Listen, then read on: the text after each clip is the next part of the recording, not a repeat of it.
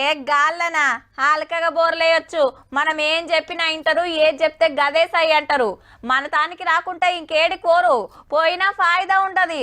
వాళ్ళు చేయాల్సిన పని చేసిండ్రు, ఇకంతా మన చేతిలోనేనాయే. వాళ్ళు ఎట్లా పోతే మనకేంది, మనకి ఎంత అచ్చుబాటు అయిందనేదే లెక్క.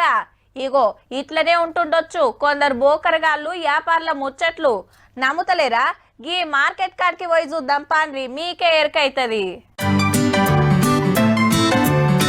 ఖమ్మం వ్యవసాయ మార్కెట్ కు ఎదురుకొచ్చిన ఎర్ర బంగారం ఇదంతా ఒక్కనాడే 70,000 మీద బస్తాలు వచ్చినాయి. మళ్ళా గిన్నిగనం వచ్చినాయి అంటే ఇక రైతన్నల పంట వండినట్టే అనుకుంటురులే, కానీ పంట ఎక్కువ వచ్చింది, రేటు తక్కువైంది.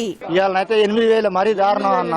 13,700 ఉంటే 13,700 నుంచి 8,000 నుంచి కొనుగోలు నడుస్తున్నాయి. మరీ మంది వచ్చే పరిస్థితులు వచ్చినాయి రైతులకు. హగనట జెండా పాట కంటే 2,000 తక్కువ కొంటురట.